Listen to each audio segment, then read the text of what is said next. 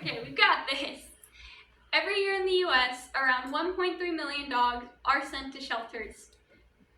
Of these, 46%, or over 1.4 million, are sent to shelters because of behavioral issues.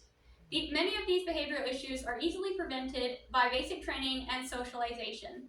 Just by teaching people about this, we can prevent hundreds of thousands of dogs being sent to shelters each year. Dog training and dog psychology are things that I've spent hours researching as I find them fascinating. I believe anyone who owns a dog can be benefited by learning the basics of this. Today I would like to talk about the basics of dog socialization, training, and how these can prevent common behavioral problems.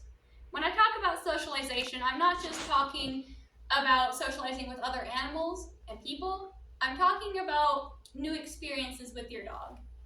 Imagine moving to New York if you've lived here your whole life. It's a big and scary change, but we have the skills to cope with that. That's a lot of what it's like for a dog who's lived in the house their whole life and hasn't had many experiences, going to a crowded park or a busy PetSmart. It's scary and it's a big change.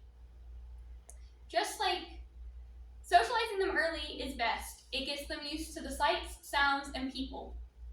Just like humans, dogs do best when they can socialize often. However, especially with big dogs, it can be hard to take them out if they don't listen properly, which is where training comes in. Dog training is great for dogs. Humans bred dogs to work, and they still have that need and that drive to be doing that work in their DNA. So whether it be cattle dog or sled dog, dogs love to work. Given that work, it makes them have to sit there and work through a task, which helps a lot. This prevents boredom, which keeps them from doing things like chewing on things they're not supposed to, excessive barking, and it can even help lessen their anxiety. Beyond training tricks, training things like loose leash walking and the wait command can make going outside with them so much easier. And when they're well behaved, they can see more people and have more freedom and experiences. Mentally stimulated dogs are happier and better behaved dogs. Still, how do these correlate to keeping less dogs in shelters?